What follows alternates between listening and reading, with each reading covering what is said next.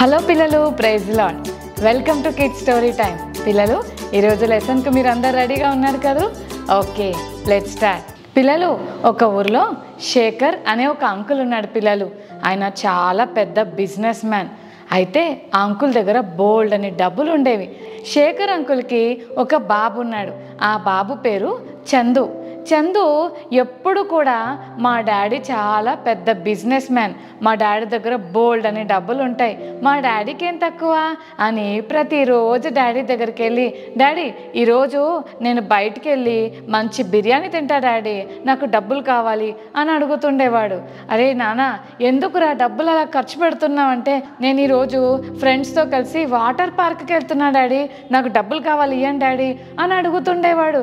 Daddy దగ్గర డబ్బులు తీసుకొని ఇష్టం వచ్చినట్లుగా ఖర్చు పెడుతుండేవాడు. కొన్ని రోజులు బర్గర్ కావాలని, పిజ్జా కావాలని, లేకపోతే నేను బిర్యానీ తినడానికి వెళ్తానని, లేకపోతే ఫ్రెండ్స్ తోటి రైడ్కి వెళ్తానని, నాకు మంచి బ్రాండెడ్ వాచ్ కావాలి, నాకు మంచి బ్రాండెడ్ షూస్ కావాలి, నీకేం తక్కువ డాడీ, బోల్డ్ అని డబ్బులు ఉన్నాయి కదా నీ దగ్గర అని చెప్పి డాడీ దగ్గర చాలా డబ్బులు తీసుకొని ఇష్టం వచ్చినట్టు ఖర్చు పెడుతుండేవాడు. ఇలా చేస్తున్నప్పుడు శేఖర్ అంకుల్ అనుకున్నాడు, ఎలాగైనా సరే చందుకు నేను ఒక పెద్ద లెసన్ నేర్పించాలి, మనీ వాల్యూ ఏంటో మరి చందుకు నేర్పించాలి అని అనుకున్నాడు. పిల్లలు, శేఖర్ అంకుల్ వాళ్ళ ఫ్యామిలీ మెంబర్స్ అందరూ ఒక అకేషన్కి వచ్చినప్పుడు అందరు కలిసి భోజనం చేస్తున్నప్పుడు అప్పుడు శేఖర్ అంకుల్ అంటాడు, మీరందరూ భోజనం చేసిన తర్వాత ఒక్కసారి మీరు హాల్ రూమ్లోకి రండి, మీ అందరితో నేను ఒక ఇంపార్టెంట్ విషయం చెప్పాలి అని అన్నాడు. పిల్లలు, అందరు రిలేటివ్స్ అందరూ భోజనం చేసిన తర్వాత శేఖర్ గారు మనల్ని హాల్ రూమ్లోకి రమ్మన్నాడు కదా, రండి మన అందరం కలిసి వెళ్దాం, ఏదో ఇంపార్టెంట్ విషయం చెప్పాలని అనుకుంటున్నాడు అని రిలేటివ్స్ అందరూ హాల్ రూమ్లోకి వచ్చి కూర్చున్నారు. పిల్లలు, అప్పుడు శేఖర్ అంకుల్ వాళ్ళందరూ చూస్తుండగా వాళ్ళ కొడుకుని పిలిచాడు. నాన్న చందు, ఇలా రా, ఇదిగో నీకు ఈ రోజు నుంచి నేను ఒక విషయం చెప్తున్నాను చూడు, నువ్వు రోజు డబ్బులు బాగా ఖర్చు పెడుతున్నావు, డబ్బు వాల్యూ ఏంటో నీకు అస్సలు తెలియట్లేదు. ఈ రోజు నుంచి నీకు ఒక కండిషన్ పెడుతున్నా, అదేంటంటే నీకు నేను ఇంట్లో ఫుడ్ పెట్టాలి అని అంటే నువ్వు బయటికి వెళ్ళి డబ్బులు సంపాదించుకొని రావాలి, ఓకేనా? నువ్వు ఏ రోజు డబ్బులు తెస్తావో ఆ రోజే నీకు భోజనం పెడతాను అని చెప్పాడు. పిల్లలు, అంకుల్ రిలేటివ్స్ అందరూ కూడా శేఖర్ అంకుల్ని చూసి చాలా కోపం వచ్చేసింది. శేఖర్, ఏంటి నువ్వు చెప్తున్న మాటలు, చందుని ఎందుకు అలా కష్టపెడుతున్నావు, నీ దగ్గర డబ్బులు ఏమన్నా తక్కువ ఉన్నాయా, బోల్డ్ అని డబ్బులు ఉన్నాయి కదా, పాపం వాడిని ఎందుకు కష్టపడి పని చేయమని చెప్తున్నావు అని రిలేటివ్స్ అందరూ కూడా సీరియస్గా శేఖర్ అంకుల్ని చూస్తున్నారు. పిల్లలు, శేఖర్ అంకుల్ అందరికీ మీరెవ్వరూ మాట్లాడద్దు, సైలెంట్గా ఉండండి, చందుకి ఈ విషయాన్ని మీ అందరి ముందు ఎందుకు చెప్పానో తెలుసా, మీలో ఎవ్వరు కూడా చందుకి ఈ విషయంలో హెల్ప్ చేస్తే నేను అస్సలు ఒప్పుకోను అని అందరికీ వార్నింగ్ ఇచ్చాడు. పిల్లలు అందరూ సరే సరే అని అన్నారు. పిల్లలు, అప్పుడు చందుకి ఏం అర్థం కాలే, మా డాడీ ఏంటి ఇంత పెద్ద నిర్ణయం తీసుకున్నాడు, నేను ఎప్పుడు ఎక్కడికి వెళ్ళి పని చేయలేదు, ఎప్పుడంటే అప్పుడు డాడీ దగ్గరికి వెళ్ళి డాడీ నాకు జీన్స్ ప్యాంట్ కావాలి, డాడీ నాకు మంచి వాచ్ కావాలి, డాడీ నాకు పిజ్జా కావాలని అడుగుతుండేవాడిని, ఇదేంటి మా డాడీ ఇంత పెద్ద పని చెప్పాడు అని ఆలోచించి ఇంకా చేసేదేం లేక, ఓకే డాడీ నేను సంపాదించుకొని వస్తానని చెప్పి బయటికి వెళ్ళిపోయాడు. పిల్లలు, నెక్స్ట్ రోజు వాళ్ళ బాబాయ్ దగ్గరికి వెళ్ళి, బాబాయ్ బాబాయ్ నిన్న విన్నావు కదా బాబాయ్, నీకు తెలుసు కదా బాబాయ్, నేను ఇప్పటివరకు ఏ పని చేయలేదని, మా డాడీ డబ్బులు తీసుకురాకపోతే నాకు ఫుడ్ పెట్టనంటున్నాడు బాబాయ్, ప్లీజ్ బాబాయ్ ఏదో ఒకటి చేసి నాకు కొన్ని డబ్బులు ఇస్తారా అంటే, ఓకే ఓకే నాన్న ఇట్రా అని చెప్పి పిలిచి, సరేలే నేను ఇచ్చానని డాడీకి చెప్పొద్దు ఓకేనా అని చెప్పి బాబాయ్ ఆ రోజు డబ్బులు ఇచ్చాడు. పిల్లలు, బాబాయ్ ఇచ్చిన డబ్బులు తీసుకున్న చందు అన్న ఇంటికి వెళ్ళి శేఖర్ అంకుల్ దగ్గర నిలబడి, డాడీ ఈరోజు నేను డబ్బులు సంపాదించుకోవచ్చాను తెలుసా అన్నాడు. పిల్లలు, వాళ్ళ డాడీకి ఆశ్చర్యం వేసింది, అంత తొందరగా డబ్బులు వచ్చాయా నీకు, ఓకే నాన్న ఇప్పుడు నువ్వేం చేస్తావంటే మన ఇంట్లో బావి ఉంది కదా, ఆ బావిలో నువ్వు సంపాదించిన డబ్బులు అలా పడేసిరా, నేను నీకు భోజనం పెడతా అన్నాడు. ఇదేంటి అని చెప్పి చందుకు ఆశ్చర్యం వేసింది. అయినా సరేలే డాడీ చెప్పాడు కదా అని వెళ్ళి ఆ బావిలో డబ్బులు ఈజీగా అలా పడేసి వచ్చి భోజనం చేశాడు. పిల్లలు, నెక్స్ట్ రోజు మళ్ళీ ఏం చేయాలి, ఎస్ డబ్బులు సంపాదించుకొని రావాలి. ఈసారి అత్త దగ్గరికి వెళ్ళాడు. అత్త ప్లీజ్ అత్త నాకు కొంచెం డబ్బులు ఇవ్వా అని అడిగితే, పాపం నా అల్లుడు చాలా చాలా ఇబ్బంది పడుతున్నాడు, వాడికి ఏమొచ్చు, మా అన్నయ్య ఏంటి ఇలా చెప్పాడు అని అల్లుడికి డబ్బులు ఇచ్చేసింది వాళ్ళ అత్త. వెంటనే చందు అది తీసుకెళ్ళి, డాడీ ఈరోజు కూడా డబ్బులు సంపాదించేసాను చూసారా అని చెప్పాడు. పిల్లలు, అవునా, ఈరోజు కూడా ఆ బావిలో పడేసి రానా అని చెప్పి మరుసటి రోజు కూడా వాళ్ళ డాడీ అలాగే చెప్పాడు. పిల్లలు, అవునా డాడీ, ఓకే అని బావిలో పడేశాడు. పిల్లలు, ఇంత తేలిగ్గా డబ్బులు పడేస్తున్నాడు, ఖచ్చితంగా మా రిలేటివ్స్లో ఎవరో హెల్ప్ చేస్తున్నారని రిలేటివ్స్ అందరికీ ఫోన్ చేసి మా చందుకి డబ్బులు ఇస్తే బాగోదు అని అందరికీ గట్టిగా వార్నింగ్ ఇచ్చాడు. పాపం చందుకి రిలేటివ్స్ ఎవరి దగ్గరికి వెళ్ళినా డబ్బులు దొరకట్లే, ఇప్పుడు ఏం చేయాలా అని ఆలోచించాడు. నాకెవరు జాబ్ ఇస్తారు, అయినా నాకేం పని చేయడం వచ్చు అని చెప్పి ఆలోచించి మెల్లగా ఒక ఐడియా వచ్చింది. అదేంటంటే, ఈసారి మా డాడీ ఫ్రెండ్స్ దగ్గరికి వెళ్తా, వాళ్ళకి ఈ విషయం తెలియదు కదా అని అనుకొని వాళ్ళ డాడీ ఫ్రెండ్ దగ్గరికి వెళ్ళి, అంకుల్ అంకుల్ నాకు చాలా కష్టమవుతుంది, మా డాడీకి చెప్తే తిడతాడని మిమ్మల్ని అడుగుతున్నాను అంకుల్, ప్లీజ్ అంకుల్ నాకు కొంచెం హెల్ప్ చేయరా అని ఫ్రెండ్స్ దగ్గర నుంచి డబ్బులు తెచ్చుకున్నాడు. ఆ రోజు కూడా డాడీ దగ్గరికి వెళ్ళి, డాడీ తీసుకొచ్చానంటే బావిలో పడేసి వచ్చానా, భోంచేద్దు కానీ అని అన్నాడు. శేఖర్ అంకుల్ వాళ్ళ ఫ్రెండ్స్ శేఖర్ అంకుల్కి కాల్ చేసి, ఏంట్రా చందు డబ్బుల కోసం వచ్చాడు అని చెప్పాడు. పిల్లలు, అమ్మో ఇట్లా కూడా చేస్తున్నాడని ఫ్రెండ్స్ అందరికీ కాల్ చేసి, ఎవరు కూడా మా బాబు చందుకు డబ్బులు ఇవ్వకండి, ఒకవేళ మీ దగ్గరకు వస్తే మీరు ఏం చెప్తారంటే మా ఇంట్లో పని చేస్తేనే నీకు డబ్బులు ఇస్తానని చెప్పండి అని ఫ్రెండ్స్ అందరికీ చెప్పాడు. పిల్లలు, పాపం ఈ విషయం చందుకు తెలీదు. మరొక ఫ్రెండ్ దగ్గరికి వెళ్ళి నెక్స్ట్ రోజు డబ్బులు తెచ్చుకుందామని అనుకుంటే ఆ అంకుల్ అన్నాడు, మా ఇంట్లో నేను చెప్పిన పని చేస్తే ఖచ్చితంగా నీకు డబ్బులు ఇస్తానని చెప్పాడు. పిల్లలు, అప్పుడు చందు ఆలోచించాడు, నేనా వేరొకరి ఇంట్లో పని చేయడమా, ఇప్పటి వరకు నేను ఎక్కడ పని చేయలేదు, నాకు అసలు ఏ పని రాదు, మ్యాగీ చేయడం రాదు, ఆమ్లెట్ వేయడం రాదు, ఇల్లు ఉడవటం రాదు, అసలు ఏ పని రాదు, ఇప్పుడు నేను ఏం చెయ్యాలి అని ఆలోచిస్తుంటే, నువ్వు డబ్బులు కావాలని అడిగావు కదా, నీకు డబ్బులు కావాలి అంటే నువ్వు పని చేయాలి అన్నాడు. పిల్లలు, అంకులు అనేసరికి, ఓకే అంకుల్ చెప్పండి అంకుల్ చేస్తానంటే మొత్తం ఇదంతా క్లీన్ చేసేసేయి, రూమ్ అంతా నీట్గా అరేంజ్ చేయి అని చెప్పాడు. పిల్లలు, ఎప్పుడూ చేయని చందు అన్న కష్టపడి ఆ పని చేస్తే అంకుల్ ఏం చేశాడంటే చందు అన్నకు డబ్బులు ఇచ్చాడు. ప్రతిరోజులాగే చందు అన్న ఆ డబ్బులు తీసుకొని డాడీ దగ్గరికి వెళ్ళాడు. పిల్లలు, రోజు అంకుల్ ఏం చెప్తాడు పిల్లలు, శేఖర్ అంకుల్ ఏం చెప్తాడు, ఎస్ బావిలో పడేసి వచ్చేయమంటాడు కదా, ఈరోజు కూడా చెప్తున్నా, వెళ్ళు ఆ బావిలో ఆ డబ్బులు పడేసి వచ్చి భోంచేద్దు కానీ అని అంటే చందు అన్న పాకెట్లో నుంచి డబ్బులు ఇలా తీస్తున్నాడు, కానీ ఆ రోజు పడేయలేకపోయాడు. పిల్లలు, డాడీ ఏంటి డాడీ మీరు ఇలా అంటున్నారు, అవునానా నిన్న పడేసావు, మొన్న పడేసావు, ఈరోజు కూడా పడేసి వచ్చేసాయి భోంచేద్దామంటే, సారీ డాడీ ఈరోజు నేను పడేయలేను డాడీ అంటున్నాడు. ఎందుకంటే చందు అన్న చెమట కార్చి కష్టపడి సంపాదించిన డబ్బులు అలా బావిలో పడేయాలంటే అన్నకు మనసు రాలేదు. పిల్లలు, సారీ డాడీ ఇన్ని రోజులు పడేశాను కానీ ఈ రోజు మాత్రం నేను పడేయలేను డాడీ అని అన్నాడు. పిల్లలు, ఏ నాన్న ఈరోజు ఎందుకు నీకు అంత కష్టమవుతుంది అని అంటే, నేను కష్టపడి సంపాదించిన డబ్బులు డాడీ, దీన్ని ఎలా పడేయమంటారు అని అనేసరికి శేఖర్ అంకుల్ ఫుల్ హ్యాపీ అయిపోయి, వెరీ గుడ్ నాన్న, ఈరోజు నువ్వు చాలా కష్టపడ్డావు, నాకు ఇది కావాలి, ఈ లెసన్ నీకు నేర్పడానికే నేను నీకు ఈ పని అప్పచెప్పాను, ఓకే యు ఆర్ గుడ్, చెప్పిన పని చేశావు కాబట్టి నా బిజినెస్లో నీకు ఒక మంచి జాబ్ ఇవ్వాలని అనుకుంటున్నాను. కష్టపడకుండా తీసుకొచ్చిన డబ్బులు ఎంత ఈజీగా ఆ బావిలో పడేయగలిగావు, కానీ నువ్వు కష్టపడిన తర్వాత దాని వాల్యూ నీకు తెలిసింది కదా, రేపటి నుంచి మన కంపెనీలో మేనేజర్గా నువ్వు పనిచేయాలి, ఓకేనా అని వాళ్ళ కొడుకుకు చెప్పాడు. థ్యాంక్ యూ డాడీ అని చాలా హ్యాపీగా ఫీల్ అయ్యాడు. నిజమే కదా పిల్లలు, మీలో చాలామంది మా మమ్మీకి బోల్డ్ అని డబ్బులు వస్తాయి, మా డాడీ దగ్గర చాలా డబ్బులు ఉంటాయి అని అనుకొని కాస్ట్లీ బట్టలు కావాలని, నాకు ఇస్తావా లేదా, ఇచ్చేదాకా నేను అన్నం తినను, నేను నీతో మాట్లాడను అని చాలా ఇబ్బంది పెడుతుంటారు.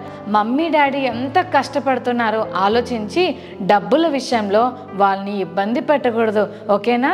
ఈ లెసన్లో మనం ఏం నేర్చుకుంటున్నాం అని అంటే, అంటే కష్టపడితే ఖచ్చితంగా మంచి పొజిషన్లోకి వెళ్ళొచ్చు. మరి చందు అన్న ముందంతా కష్టపడలేదు, అందుకే అన్నకు ఏ పొజిషన్ రాలే.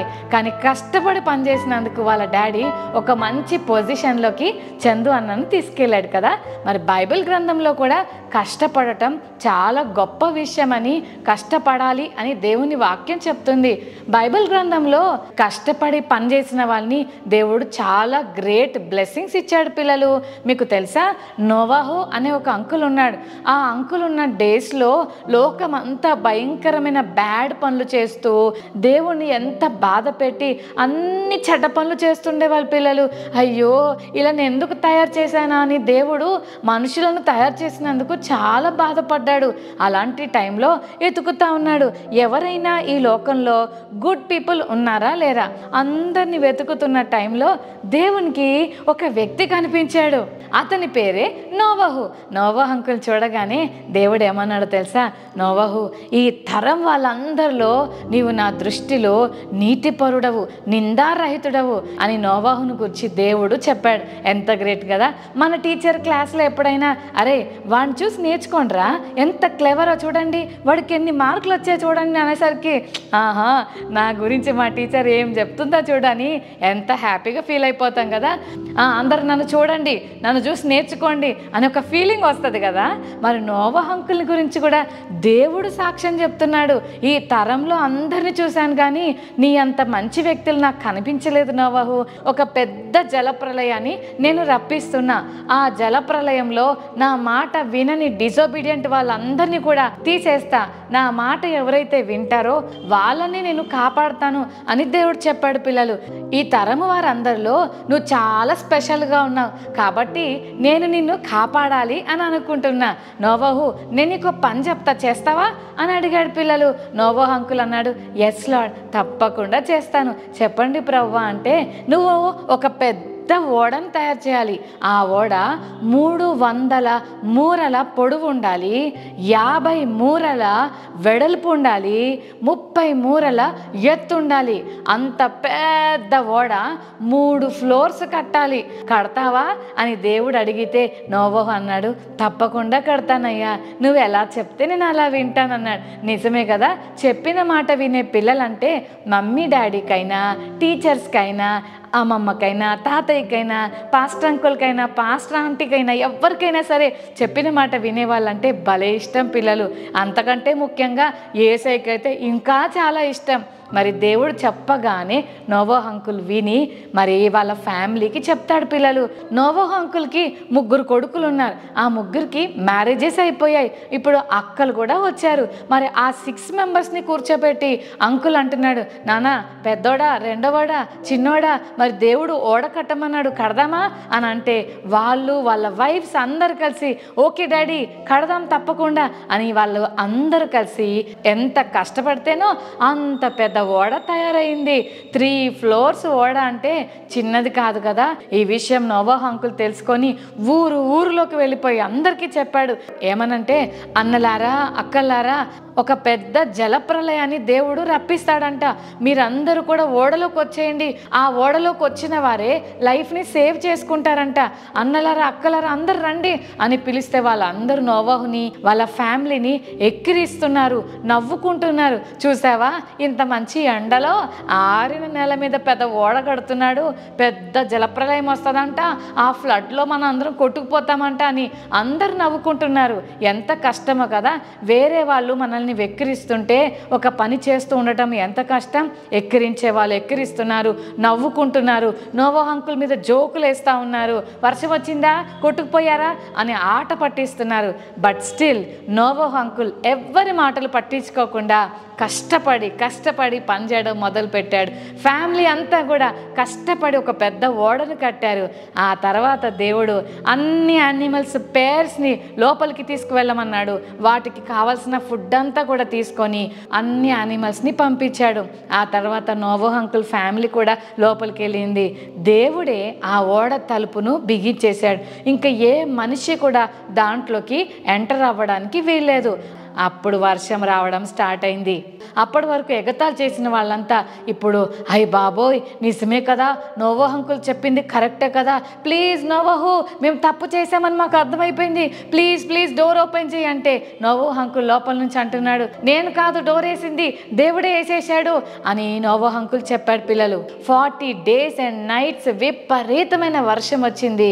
ఆ దేవుని మాట వినకుండా డిజొబీడియంట్గా ఉన్న వాళ్ళందరూ కూడా నీళ్ళల్లో మునిగి చనిపోయారు. దేవుని మాట విని కష్టపడిన నోవహు అంకుల్ అలాగే వాళ్ళ ఫ్యామిలీ మాత్రం ఆ ఓడలో దేవుడు వారిని కాపాడాడు. 180 days తర్వాత వాటర్ లెవెల్ డౌన్ అయింది. ఆ తర్వాత దేవుడు అద్భుతంగా వారిని బయటికి తెచ్చాడు. ఈ లెసన్ వింటున్న చెల్లి తమ్ముడు అర్థమైంది కదా, కష్టపడితే దేవుడు మనల్ని ఉన్నతమైన స్థితిలో నిలబెడతాడు. సోమరోళ్ళకి దేవుడు ఏ బ్లెస్సింగ్ ఇవ్వడు, నాకు అది రాదు నేను చేయను అని చాలామంది పనులు తప్పించుకుంటారు. లేజీగా ఉన్న వాళ్ళకి ఏ ఆశీర్వాదం లేదు. చూశారు కదా నోవహు అంకుల్ ఎంత కష్టపడి ఓడను కట్టాడో. వాళ్ళ ఒబీడియన్స్ అండ్ హార్డ్ వర్క్ని బట్టి దేవుడు వారిని బ్లెస్ చేసి భయంకరమైన జల ప్రళయం నుండి నోవహు అంకుల్ వాళ్ళ ఫ్యామిలీని దేవుడు కాపాడాడు. కాబట్టి ఈ రోజు నుంచి కష్టపడతారు కదా, మమ్మీ డాడీ చెప్పిన మాట వింటారు కదా పిల్లలు.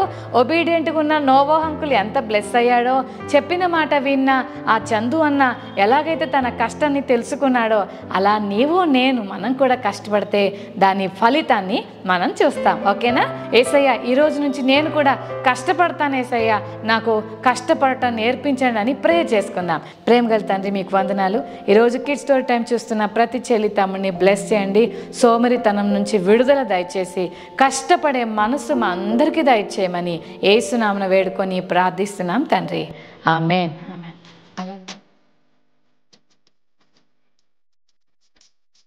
ఓకే చిల్డ్రన్, మరి ఈరోజు మెమరీ వర్స్ నేర్చుకుందామా? సామెతలు 12:24, ప్రావర్బ్స్ 12:24. శ్రద్ధగా పనిచేయువారు ఏలుబడి చేయుదురు, సోమరులు వెట్టి పనులు చేయవలసి వచ్చును. మరోసారి నేర్చుకుందామా పిల్లలు? ప్రావర్బ్స్ 12:24, సామెతలు 12:24.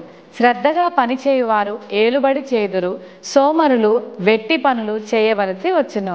సామెతలు 12:24. Okay children, God bless you.